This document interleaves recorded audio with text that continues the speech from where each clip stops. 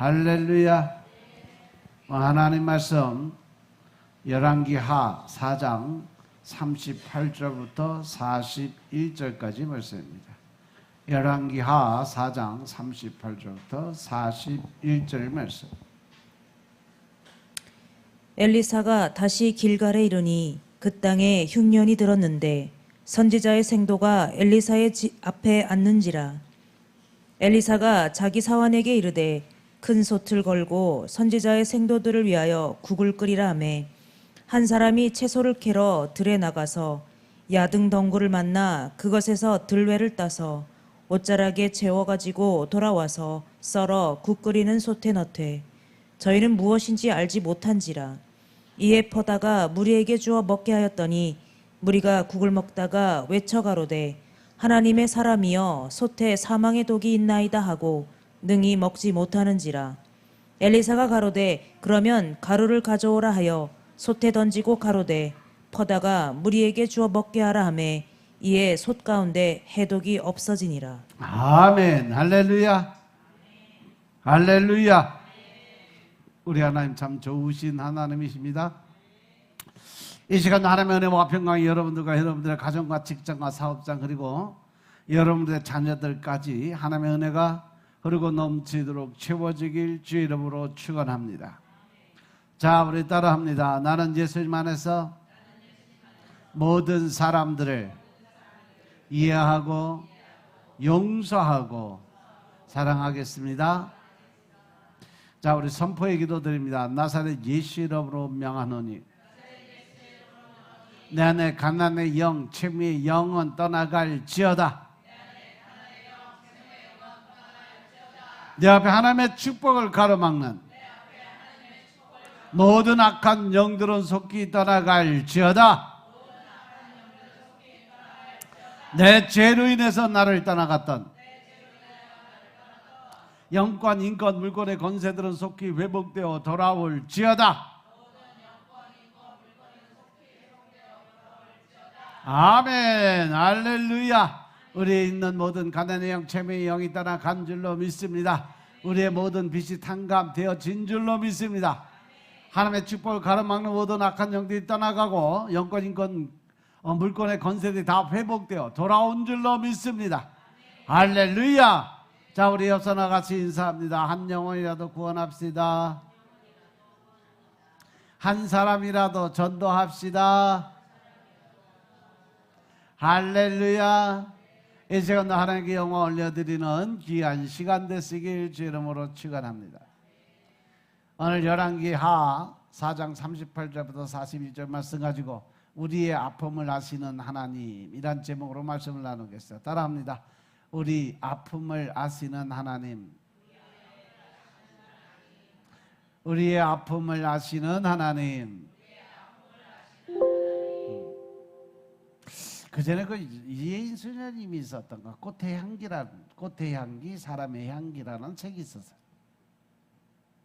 거기 보니 어느 땐 바로 가까이 피어 있는 꽃들도 그냥 지나칠 때가 많은데 이쪽에서 먼저 눈길을 주지 않으면 꽃들은 자주 향기로 먼저 말을 걸어오곤 합니다.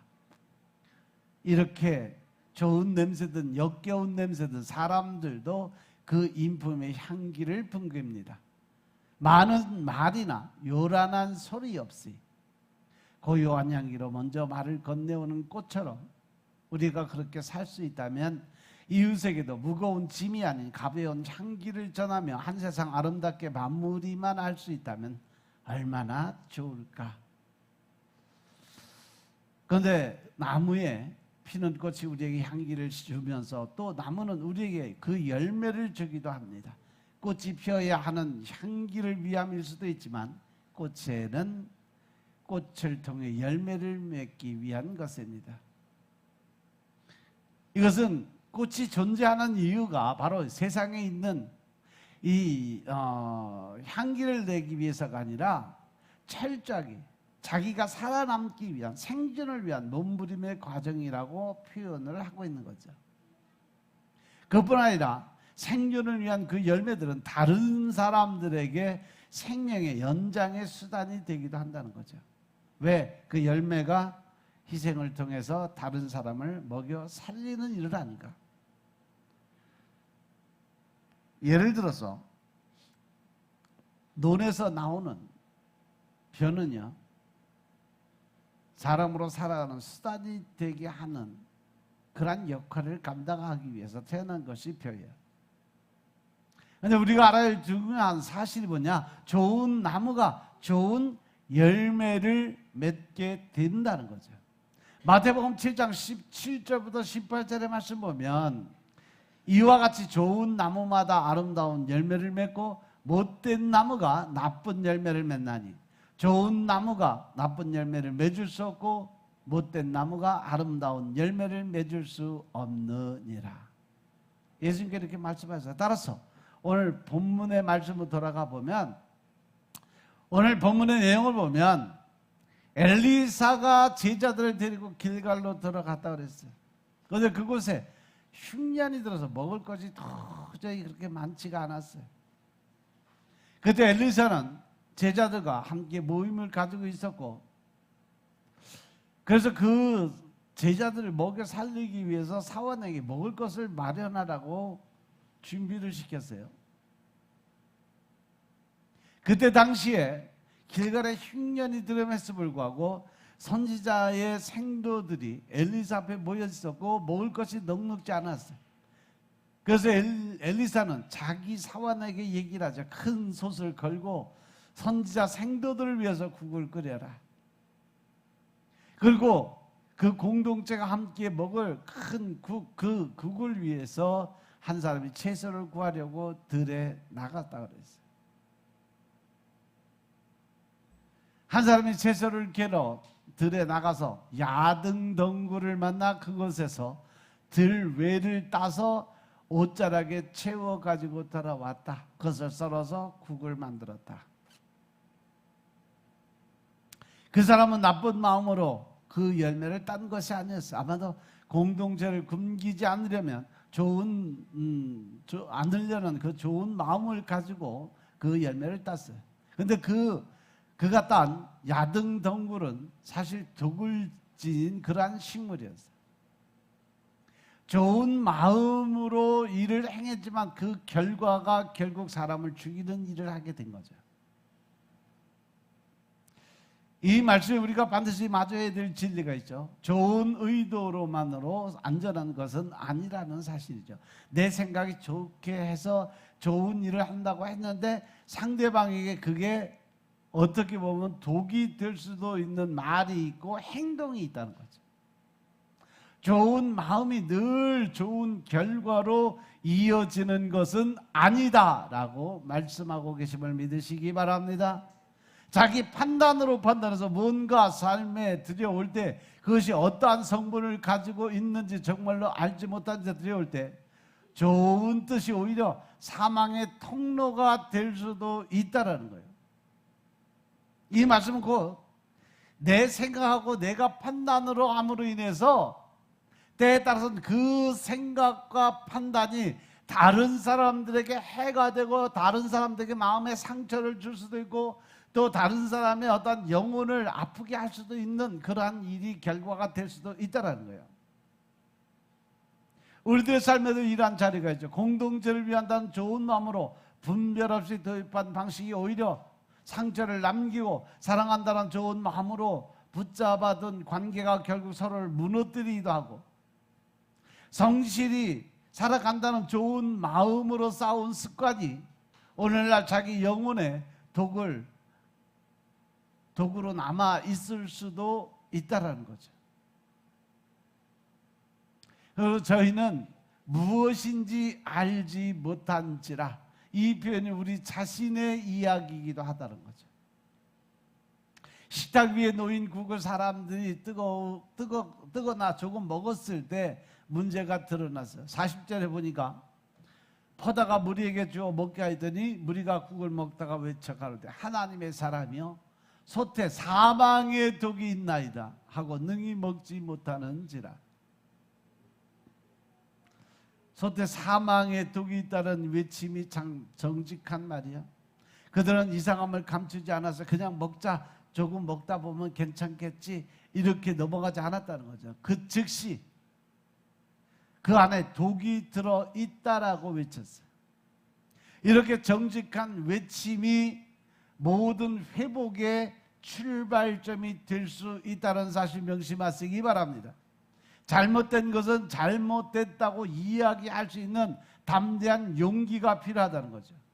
잘못된 거 알고 자기 혼자 속으로만 꿍 품고 있다가 그것을 모든 사람들에게 선포하는 것이 아니라 끼리끼리 자기들끼리만 그냥 쑥덕쑥덕하고 넘어가는 것 자체가 하나님 보시기에 참 안 좋았더라. 로마서 1장 28절부터 32절의 말씀을 보면 우리가 가진 죄악 중에 엄청난 죄악들이 그 아래 기록이 되어 있어요. 거기 보면 수근수근하는 죄가 있어요. 뒤에서 수군대는 것이 하나님 보시기에 엄청난 큰 죄인 것임을 깨달으시기 바랍니다. 따라서 우리 삶 속에는 정직한 담대함의 선포가 반드시 필요하다.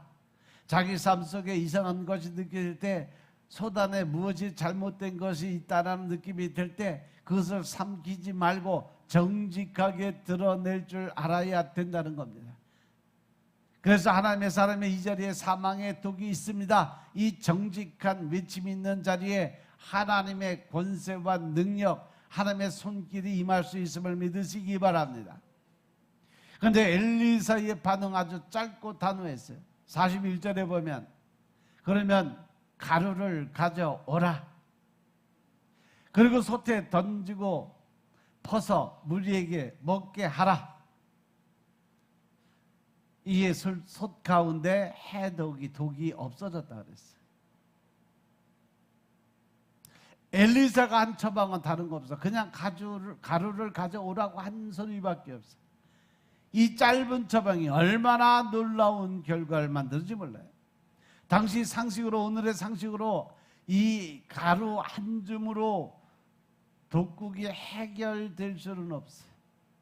그러나 하나님의 명령이 임한 자리에는 평범한 밀가루 한 주먹이 사망의 독을 해독하는 해독제가 될 수 있음을 믿으시기 바랍니다. 여기에는 여러 가지 진리가 숨어 있어요. 첫째, 국솥을 엎어버리지 않았다는 거죠. 이 국은 이미 오염됐으니까 다 버리고 새로 끓이자, 처음부터 다시 끓여라, 이러한 방식이 아니었다는 거예요. 엘리사는요, 그 국을 그대로 놓고 그 국을 다시 회복시켰어요. 이렇게 하나님은 우리의 삶의 모든 것을 뒤엎어버리고 새로 팔을 짜는 분이 아니시라는 거죠. 지금 있는 그 자리에서 스스로 잘못한 점을 깨닫고 회개함으로 인해서 하나님의 사람으로 변화되기를 원하신다는 거죠. 즉 회복의 역사를 기다리시는 하나님이 우리를 인도하고 계심을 믿으시기 바랍니다. 두 번째는 뭐냐? 사용된 도구는 가장 평범한 것이었다는 거죠. 특별한 약재나 어떤 신비한 물질이 아니라 그저 흔히 우리가 볼 수 있는 가루, 여기서 보니까 먹는 거니까 밀가루나 뭐 호밀가루나 이런 먹는 종류의 가루였을 거예요. 어느 부엌에나 있고 어느 흉년에도 조금은 남아있는 것, 하나님이 사용하시는 도구는 자주 이렇게 평범한 것들 중에 사용되어지고 있음을 믿으시기 바랍니다. 평범한 나뭇가지 하나가 모세의 손에 들렸을 때 하나님의 권능의 지팡이가 돼요. 평범한 소금과 평범한 가루, 그러나 하나님의 명령에 따라 정확한 자리에 던져지고 정확한 사람에 잡고 있으면 평범한 것이 놀라운 일의 기적의 주인공으로 변화될 수 있다는 사실 명심하시기 바랍니다. 하나님이 이렇게 어떤 특별하고 똑똑하고 잘나고 권세를 잡고 있는 그러한 사람들을 들어 쓰는 것이 아니에요. 가장 평범하고 가장 나약하고 가장 부족한 사람들 들어서 하나님의 종으로 일꾼으로 삼고 계심을 깨달으시기 바랍니다. 세 번째는 뭐냐? 던지는 자리가 결정적이었다는 거죠. 가루를 그저 상 위에 두는 것으로는 아무것도 일어나지 않아요. 그저 솥에 던지는 순간 해독이 일어났음을 믿으시기 바랍니다. 모세가 지팡이를 들고만 있었으면 홍해는 갈라지지 않았죠. 하나님이 말씀하신 대로 그가 지팡이를 들어 홍해 바다를 내리쳤을 때 기적은 일어났음을 믿으시기 바랍니다. 다윗이 물맷돌을 들고만 있었으면 골리앗 장군을 무너뜨리지 못했어요. 하지만 그 물맷돌을 가지고 하나님의 이름으로 그 물맷돌을 날렸을 때 골리앗의 이마가 뚫어지는 역사를 통해서 전쟁에 승리하게 됐음을 믿으시기 바랍니다. 여러분들도 마찬가지로 여러분들 생각이나 여러분들의 마음속에 또 여러분들의 느낌 속에 하나님 나를 이렇게 사랑하는구나, 하나님이 나를 이렇게 바뀌었구나, 또 하나님 나를 이렇게 바꾸셨구나 생각이 들면 내가 바뀐 모습대로 선포하고 또 예수 그리스도의 향기가 날 수 있을도록 내가 예수 믿음으로 이렇게 변했다는 사실을 모든 사람이 알게끔 입술로 선포하는 능력의 사람들 되시길 제가 축원합니다. 나 혼자만 알고 내 가슴속에 품고 있으면 아무것도 일어날 일이 없어요. 하지만 내가 입술로 고백할 때 하나님께서 함께 하심을 믿으시기 바랍니다. 우리가 알고 있는 것만으로는 부족해요. 지금 문제가 있는 그 자리, 사망의 독이 있는 그 자리에 직접 던져지는 무언가가 있어야 되는데 그것이 바로 입술로 시인하는 구원의 믿음인 것임을 깨달으시기 바랍니다. 네 번째 뭐냐? 회복은 공동체 안에서 일어났다는 거죠. 이 이야기 전체가 공동체의 이야기예요. 큰 솥, 함께 먹는 국, 함께 발견한 독, 함께 나누는 해독제, 또 신앙 공동체의 아름다움은 이 대목에서 모두 드러나고 있음을 깨달으시기 바랍니다.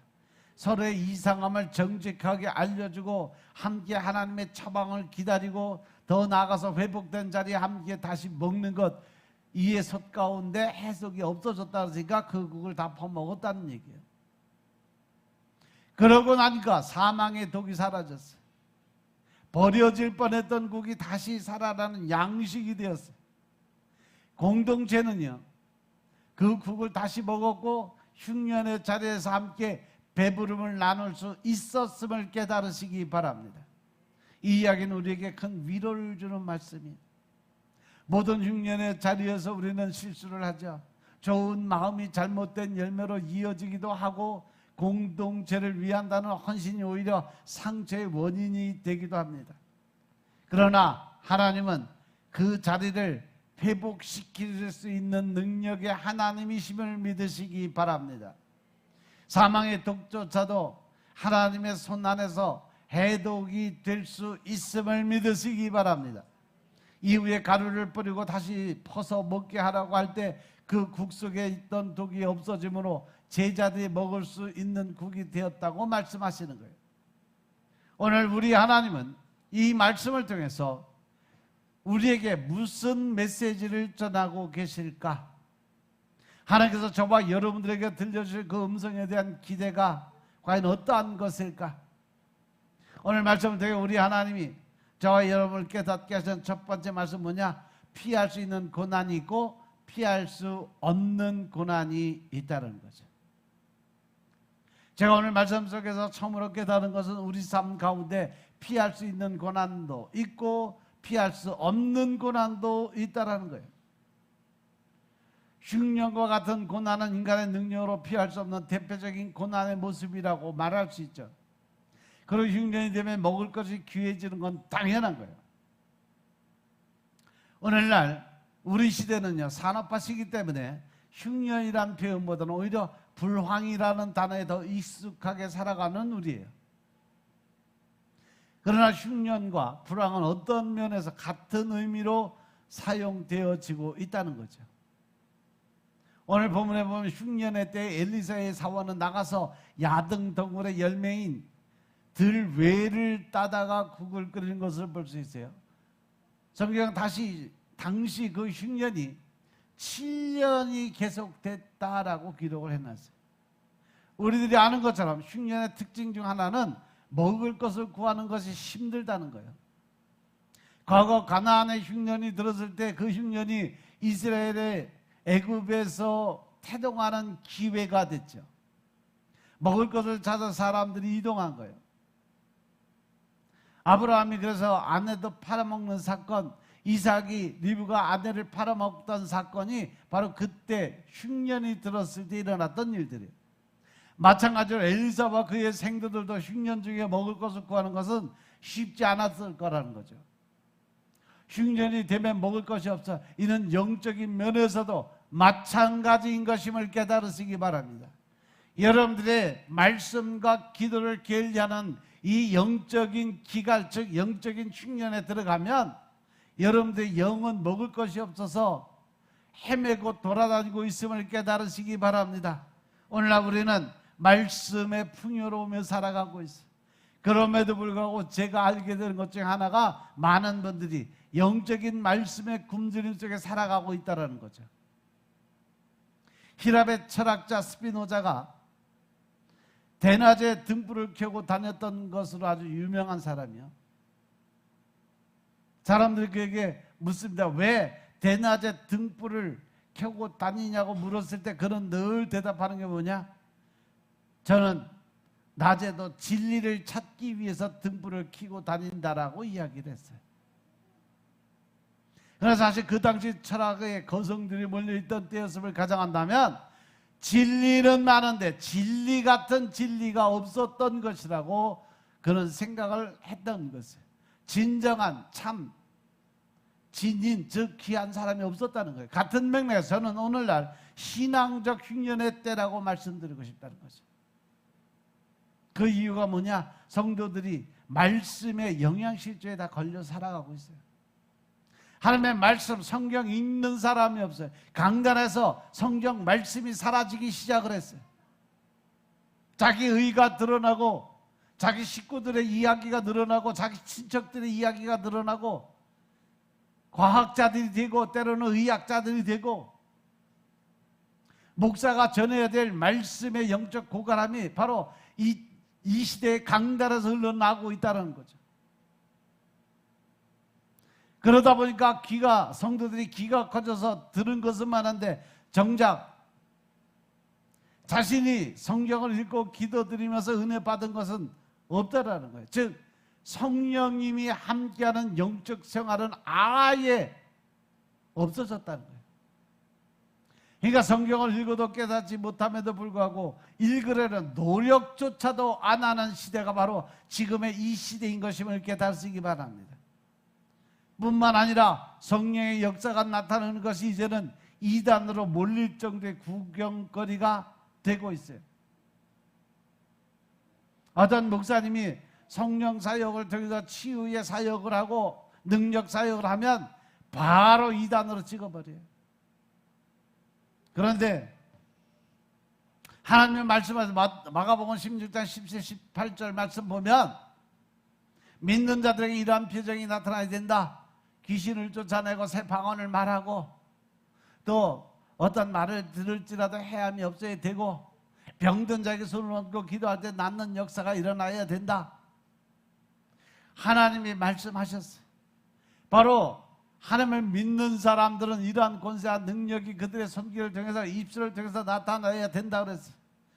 그럼에도 불구하고 우리는 그 성령 하나님의 일하심을 나타내 보이고 증거할 때 그 사람을 들어서 이단이라고 그래요. 귀신 들린 자다라고 그래요. 그리고 오히려 그 목사들이 하는 성령 사역하는 걸 방해해요. 마태복음 12장 30절 32절을 보면 하나님 말씀하세요. 성령 회방죄에 대해서. 성령 회방죄는 이 땅에서도 하늘에서도 죄사함이 없는 것이다. 성령 하나님이 하시는 일을 방해하면 절대 용서하지 않겠다는 하나님의 말씀을 기억하시기 바랍니다. 아멘. 우리가 성령의 역사가 나타나는 것이 이제는 이단으로 몰릴 정도의 구경거리가 되고 있다는 게 슬픈 현실이고 사실이에요. 말씀의 흉년, 기도의 흉년에 대해 우리가 살아가고 있음을 깨달으시기 바랍니다. 여러분들이라도 말씀의 풍년이 되고 기도의 풍년이 되는 삶을 사시길 좀 부탁드립니다. 우리가 알고 있는 것처럼 요즘 먹을 것이 풍성한 시대요. 그런데 아이들은 점점 더 많은 질병에 시달리고 있어. 그 이유가 뭘까? 바로 인스턴트라는 식품 때문에 그래요. 인스턴트 식품은 많은 먹거리를 제공하는 것 같지만 정작 건강을 해치는 도구가 아니라 건강을 해치는 도구가 더 많아지고 있다는 거죠.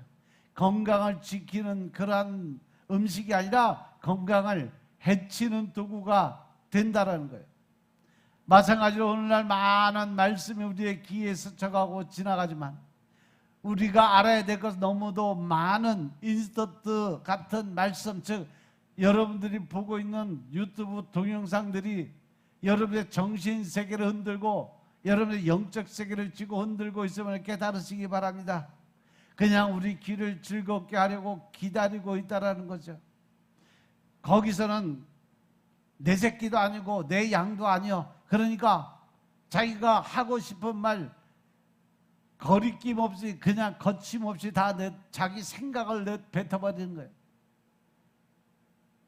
하나님의 말씀이 어떤 거냐?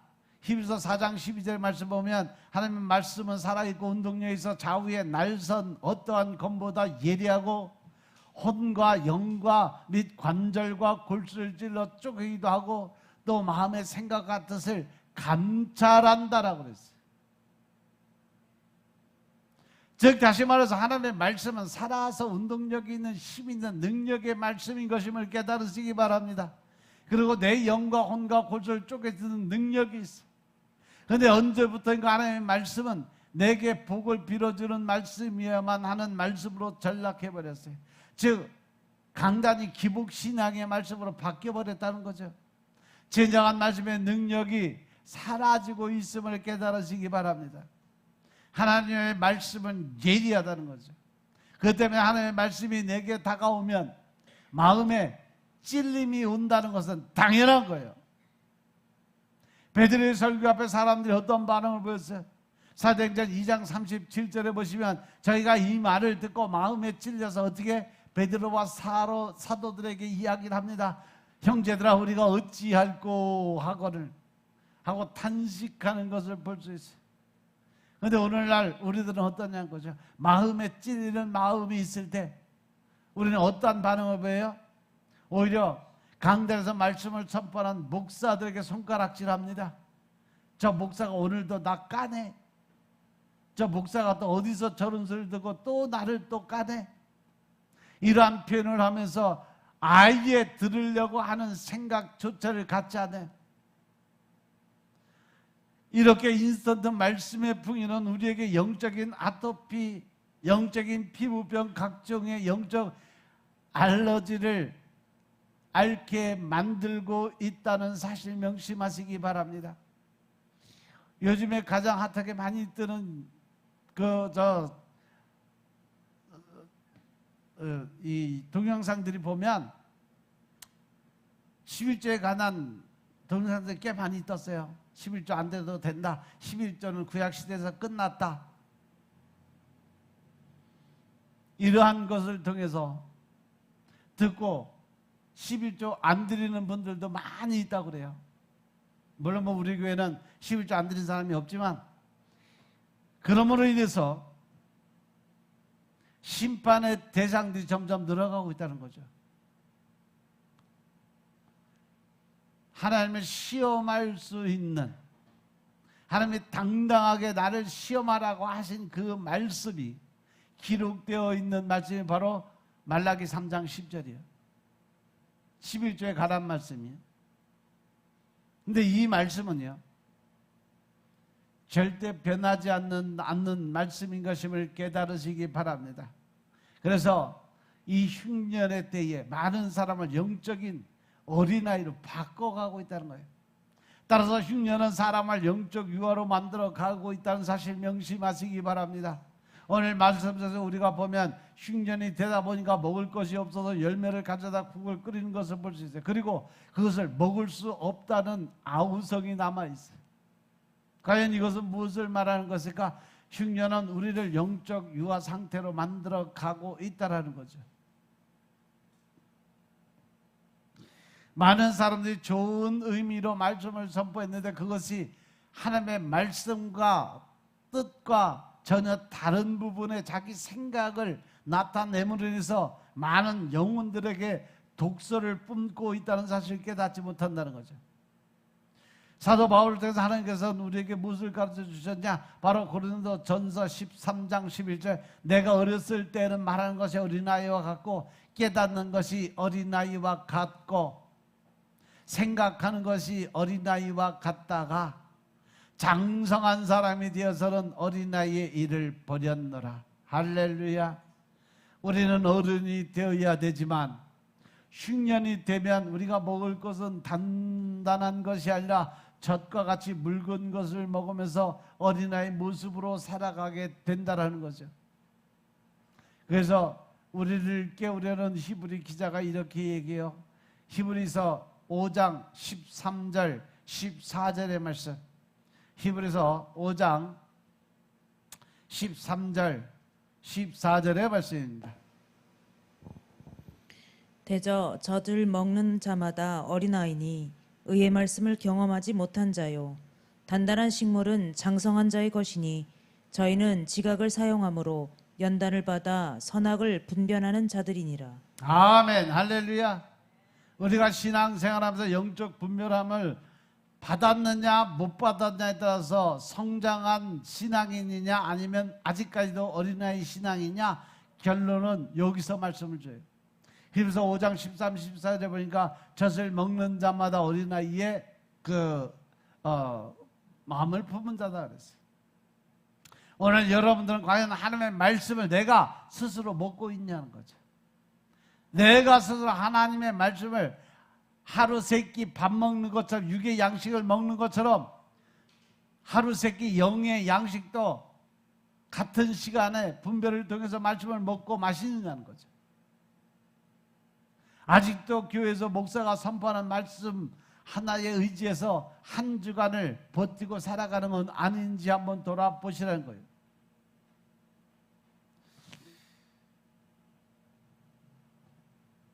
옛날에 그 코미디 프로의 서영춘하고 그 누구지 장로님? 구봉서 장로님 둘이 그 맨날 하는 거 인천 앞바다에 사이다가 만나도 컵이 없으면 못 마십니다. 이 내용이 바로 그런 내용이에요. 그러니까 이러한 이야기들이 썰렁한 코미디의 한 우스갯소리로 넘어가냐? 아니면 하나님의 말씀이 아무리 풍성한 것 같아도 그 말씀이 내가 스스로 깨닫고 먹고 마시지 않으면 아무것도 아니다. 인스턴트가 되는 거라고 말씀을 역설적으로 표현하고 있다는 사실을 깨닫는 사람이 과연 몇 명이나 될 거냐는 거죠. 우리 앞을 가로막는 고난이 우리가 피할 수 있는 고난도 있지만 우리가 피할 수 없는 고난도 있어요. 그런데 흉년과 같이 피할 수 없는 고난이 오면 제일 먼저 우리가 먹을 것을 걱정해야 될 때예요. 그리고 이 흉년은 사람을 어리게 만들고 말씀을 먹고 영적 어른이 되는 길을 어렵고 힘들게 만든다는 거죠. 과연 여러분들이 피할 수 없는 고난이라면 이기기 위해서 하나님의 말씀을 더욱 가까이 하는 여러분들의 삶이 되시길 주의 이름으로 축원합니다. 좌절하고 실망하고 엎어지고 깨지고 무너지지 마시길 주의 이름으로 축원합니다. 두 번째로 순종은요 하나님의 기적이 나타나게 합니다. 오늘 본문의 말씀에서도 무엇보다 우리가 봐야 될 것은 그 속에 숨겨진 순종의 모습이죠. 오늘 말씀 속에서 신약 성경의 한 모습을 찾아볼 수가 있어요. 그 모습이 사환에 순종하는 모습과 동일합니다. 오늘 엘리사는요 사환에게 뭐라고 그랬어요? 엘리사가 다시 길갈에 가니까 그 땅에 흉년이 드는데 선지자 생도가 엘리사 앞에 많이 앉아 있을 때 엘리사가 자기 사환에게 무조건 얘기를 해요. 밖에 나가서 큰 솥을 걸고 선지자 생도들을 위해서 먹을 것을 만들어라. 국을 끓이라고 얘기했어요. 국을 끓이라고 하면서도 정작 어떻게 무엇을 가지고 어디에 뭐가 준비됐다 이거 이렇게 해서 저렇게 해라 전혀 아무것도 없어. 무조건 가서 솥에 바깥에 큰 솥을 걸어놓고 가서 너 국 끓여 와 이거요. 조폭 집단이 그냥 아니면 저 왕따 당하는 애들이 지금 저 팽당하는 것 같은 그런 선포를 해요. 국을 끓이라고 하면서도 정작 무엇을 어떻게 끓이라고 얘기도 안 해요. 그냥 명령만 했어요. 그리고 이를 위해서 사환은 순종하는 장면을 볼 수 있어요. 신약 성경에서 우리가 잘 알고 있는 열문화의 비유가 있었죠. 그 비유를 보면 한 귀인이 먼 나라로 왕위를 받기 위해 가면서 10명의 하인들에게 열문화를 남겨주고 가죠. 그러면서 하인들에게 한 가지 명령을 합니다. 그 종 열을 불러 은 열문화를 주며 이르되 내가 돌아오기까지 장사하라 하니라. 그런데 어떤 장사를 하라는 말이 없죠. 단지 장사하라는 말만 있어요. 그리고 순종한 자들은 각 열문화 및 오문화를 남기죠. 이에 대해서 누가복음 19장 26절에 보면 주인이 뭐라고 하냐면 주인이 가로되 내가 너희에게 말하노니 무릇 있는 자는 받겠고 없는 자는 그 있는 것도 빼앗기리라. 달란트의 비유 이와 비슷한 열문화의 비유에서 우리가 알 수 있는 것 중 하나가 뭐냐? 순종은 결국 하나님의 역사를 나타낸다는 거죠. 오늘 말씀 속의 사환의 순종은 인간의 눈에 보기에는 미련하기 짝이 없죠. 다시 말씀으로 돌아가면 사환이 가져온 국의 재료가 무엇이냐는 거죠. 야등덩굴의 열매인 들외요. 이것으로 끓인 국을 먹다 생도들이 소리를 지릅니다. 하나님의 사람이여 솥에 사망의 독이 있나이다. 이것을 먹지 못할 것을 준 사원으로 보지 말고 아무것도 없는 중에 선지자의 말에 순종한 사환의 모습을 바라볼 수 있기를 주의 이름으로 축원합니다. 사환의 순종은 절대 순종이었어요. 광야에서 가뭄 속에 그가 찾은 것은 아무도 먹을 수 없는 들외밖에 없었어요. 왜? 그 안에 그 동네 사람들 그 주위에 있는 사람들은 다 알아. 그 안에 독이 있어서 먹지 못하는 그러한 열매라는 걸 알았는데 처음 본 그 사람들은 도저히 그걸 알 수가 없어서 그러니까 제일 많은 열매를 따다가 국을 끓였을 뿐이야. 엘리사의 제자들이 먹고 심한 폭동을 일으킨 이 야등덩굴은 콜로신도 5위의 그 덩굴을 가리킨 것을 보여주는데 콜로신도 5위는요 우리나라 이 박같이 생겨서 초록 박같이 생긴 거. 이 다면생처럼 잎은 수박잎과 비슷한데 줄기는 땅 위에 뻗어가고 과실은 둥근 오렌지 그래 동글동글하게 이렇게 생긴 그러한 열매예요. 맛이 엄청 쓰다 그래요. 이것 말린 것을 콜로신드 열매라 해서 완화제 즉 설사제로 사용을 해요. 이 열매를 먹으면 설사를 쫙쫙하는 그러한 병이 걸리는 거예요. 그러나 다량으로 복용하면 죽음을 가져오는 독성의 것이라고 설명이 되어 있어요. 이 채소는 가물때에도 잘 생장하는 유독식물로 알려졌다. 가뭄에 잘 자라는 것들은 되게 보면 독한 놈들이요. 독이 많은 식물들. 이 식물은 엘리사의 제자들이 있던 길갈 부근의 사해 주변에 나는 것으로 그 덩굴이 지면을 덮고 많은 아름다운 열매를 맺는데 맛은 아주 쓰다 그래요. 그 말린 열매의 분말이 쓴 완화제로 된다고 그래요. 그뿐 아니라 그 열매도 오히려 잘못 알고 따먹는 사람도 있다라고 그래요. 그러면 이것을 끓이던 사환이 그것을 알고 끓였을까 모르고 끓였을까? 당연히 모르고 끓인 거죠. 그러니 한편 알고 끓일 수도 있다고 생각해봐. 그러면 만약 사환이 들외가 독주인 것을 알고 국을 끓였다면 이것은 무엇을 의미할까?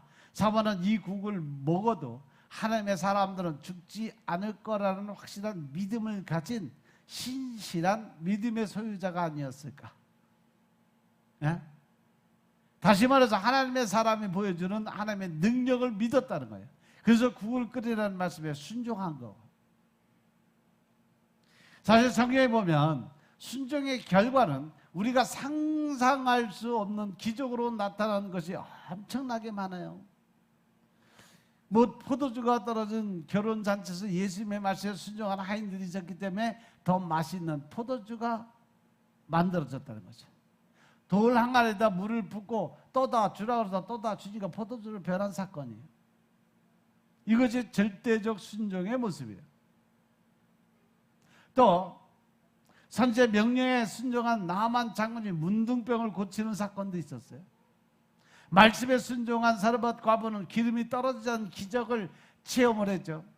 이 모든 기적도 순종을 통해 이루어진 것임을 믿으시기 바랍니다. 사도 베드로를 통해서 하나님께서는 우리에게 이렇게 말씀하세요. 사도행전 5장 29절에 베드로와 사도들이 대답하여 가로되 사람보다 하나님을 순종하는 것이 마땅하니라. 할렐루야. 우리가 하나님의 말씀에 순종하면 우리에게 기적이 있을 수 있습니다. 이 축복은 기복적 바람이 아니라 하나님의 약속의 축복인 것임을 믿으시기 바랍니다. 신명기 28장 2절에 보시면 내가 하나님 여호와의 말씀을 순종하면 이 모든 복이 내게 임하여 내게 미치리니. 할렐루야. 이사야서 1장 19절에도 보니까 너희가 즐겨 순종하면 땅에 아름다운 소사를 먹을 수 있게 된다라고 설명했음을 깨달으시기 바랍니다. 여러분 예수님을 믿으면서 기적을 믿으십니까? 하나님이 지금 여러분 한 사람 한 사람 위해서 기적을 일으켜 주시기를 원하십니까? 그러면 여러분들 하나님의 말씀에 순종하는 믿음을 가지시길 주의 이름으로 축원합니다. 그것은 절대적 내 생각, 내 고집, 내 아집의 생각은 절대적으로 버려야 된다는 사실이죠. 오직 하나님의 말씀하신 말씀에 순종하는 삶을 먼저 살아야 된다는 전제 조건이 있음을 믿으시기 바랍니다. 그럼 우리가 어려움을 앞에 두고 어떻게 순종할 수 있을까? 한 가지 방법밖에 없어요. 그것은 바로 내가 하나님의 말씀을 믿고 따라가는 순종밖에 없다는 거죠. 믿으시면 아멘 합시다. 아무리 내 앞에 어려움이 왔다고 해도 믿음으로 순종하는 여러분들이 되시길 주의 이름으로 축원합니다. 그리고 하나님의 기적을 경험할 수 있는 여러분의 삶이 되시길 주의 이름으로 축원합니다. 마지막으로 기적은 하나님의 능력으로 이루어진다는 거죠.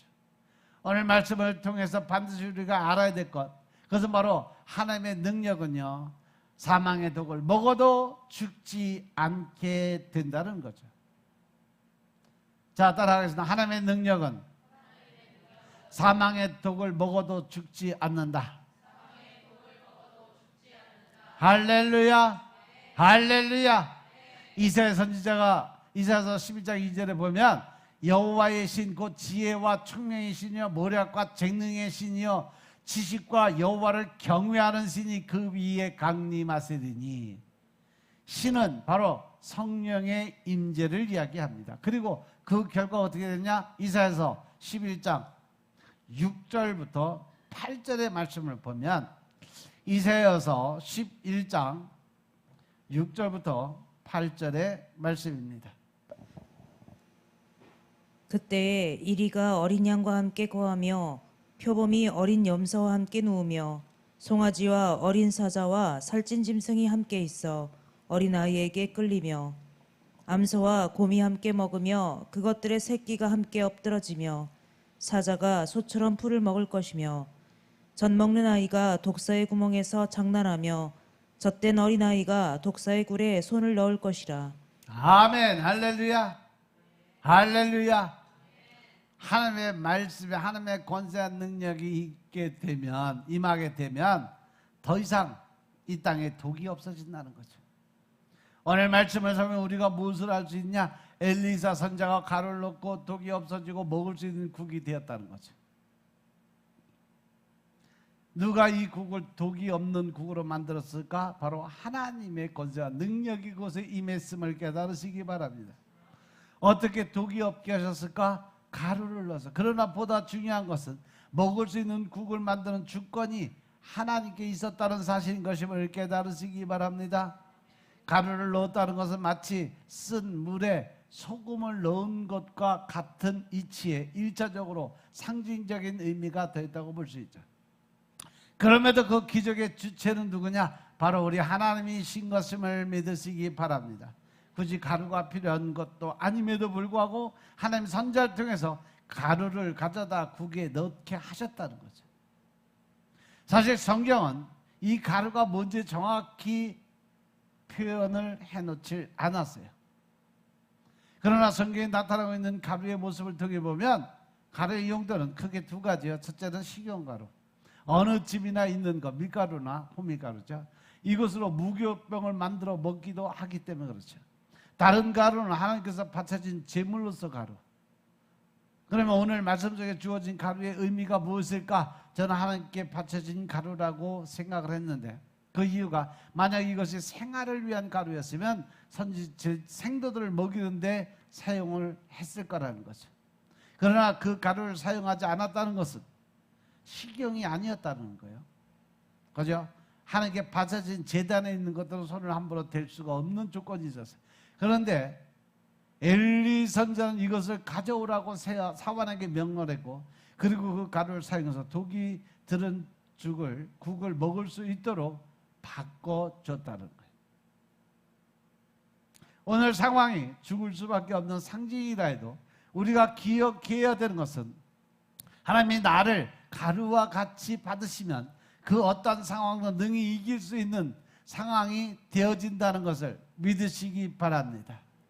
내가 하나님의 도구로 쓰임받게 되면 내 앞에 아무리 힘들고 어려운 환난과 연단이 어려움이 있다 할지라도 내가 하나님의 도구로 쓰임받는 그 순간부터 나의 앞에 모든 문제가 해결될 수밖에 없음을 믿으시기 바랍니다. 그래서 사도 바울 우리에게 뭐라고 해서 로마서 12장 1절에 보니까 그러므로 형제들아 내가 하나님의 모든 자비하셔 너희에게 권하노니 너희 몸을 하나님의 기뻐하시는 거룩한 산 제사로 드리라. 이는 너희의 드릴 영적인 예배다. 딱 못을 박아놨어요. 우리 자신을 드리라고 말씀하십니다. 이것은 우리에게 우리 삶에 어려움과 문제가 있을 때 그것이 우리를 죽이는 독과 같이 우리에게 다가온다 할지라도 우리가 우리 자신 앞에 드리는 가루 같은 제물이 되기만 하면 내가 하나님 앞에 드려진 하나님의 도구가 될 수 있다면 우리는 나 자신뿐 아니라 다른 사람까지도 살릴 수 있는 하나님의 도구가 될 수 있다는 사실 명심하시기 바랍니다. 하나님의 사람이 가루를 사용함으로써 죽음의 국이 생명의 국이 된 것처럼 오늘 하나님은 우리의 삶을 사용하심으로 다른 사람에게 생명을 주시길 원하는 것을 우리에게 알게 하신다는 거죠. 저는 오늘 말씀 묵상하다 소돔과 고모라를 생각해 봤어요. 소돔과 고모라가 죄가 많은 도성이긴 했지만 그럼에도 불구하고 그 멸망의 이유가 그들이 죄지었기 때문 아니라는 거죠. 소돔과 고모라 성이 멸망할 수밖에 없었던 이유는 뭐예요? 그 안에 의인이 100명도 50명도 30명도 10명도 아니라 의인 한 사람이 없었기 때문에 멸망당할 수밖에 없었다는 거예요. 믿으시면 아멘 합시다. 오늘 이 세상에 바르게 되어지기 위해서 하나님이 무엇을 찾으실까?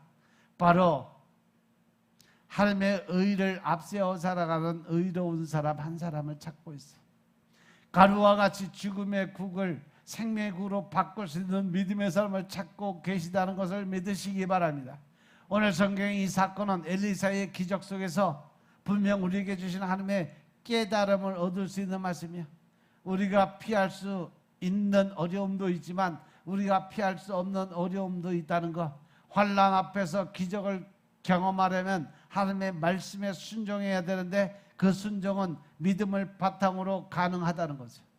가장 중요한 것은 우리가 피할 수 없는 어려움을 믿음으로 하나님 앞에 내려놓고 순종한다고 해도 결국에 일을 이루시는 분은 하나님이라는 거죠. 지금 이 순간 여러분 앞에 닥쳐진 어려움이 무엇일까 한번 돌아보시기 바랍니다. 내가 아무리 문제를 해결하려고 해도 내가 그 어려움을 타개하려고 해도 내 안에 온전한 믿음이 흔들리는 신앙이 있으니까 그 문제를 도저히 해결할 수 없어요. 따라서 우리가 온전히 하나님을 믿으시기 바랍니다. 여러분들이 온전히 믿고 따라가야 될 분은 오직 한 분 하나님이심을 믿으시기 바랍니다. 그래서 여러분들이 그 믿음 안에 여러분들이 가지고 있는 기적과 능력의 사람들이 되시길 주의 이름으로 축원합니다. 기도드리겠습니다. 아버지 하나님 감사드립니다. 오늘도 아버지 하나님 우리의 아픔을 아시는 하나님께서 이제 온전하게 우리를 들어 쓰시는 자리에 서게 하시니 감사합니다. 늘 신령과 진정의 마음으로 주님의 나라를 바라볼 수 있도록 도와주시니 감사합니다. 하나님의 일하심이 나타내 보여지게 하옵소서. 오직 믿음 안에서 우리가 변화될 수 있도록 주님이 축복하시옵소서. 주의 역사 안에 우리가 아버지 새로운 새 영 새 마음을 갖게 하시고 늘 하나님의 영적인 권세와 능력의 힘으로 우리가 쓰임 받을 수 있도록 주님이 축복하옵소서. 주님의 일하심을 통해서 우리의 삶이 이제는 완전하게 새 영 새 마음으로 바뀌고 또한 주님의 뜻과 하나님의 계획 안에 쓰임받는 믿음의 순종의 사람들 다 될 수 있도록 축복하옵소서. 모든 말씀 우리 주 예수 그리스도의 이름으로 감사드리며 기도드렸사옵나이다. 아멘.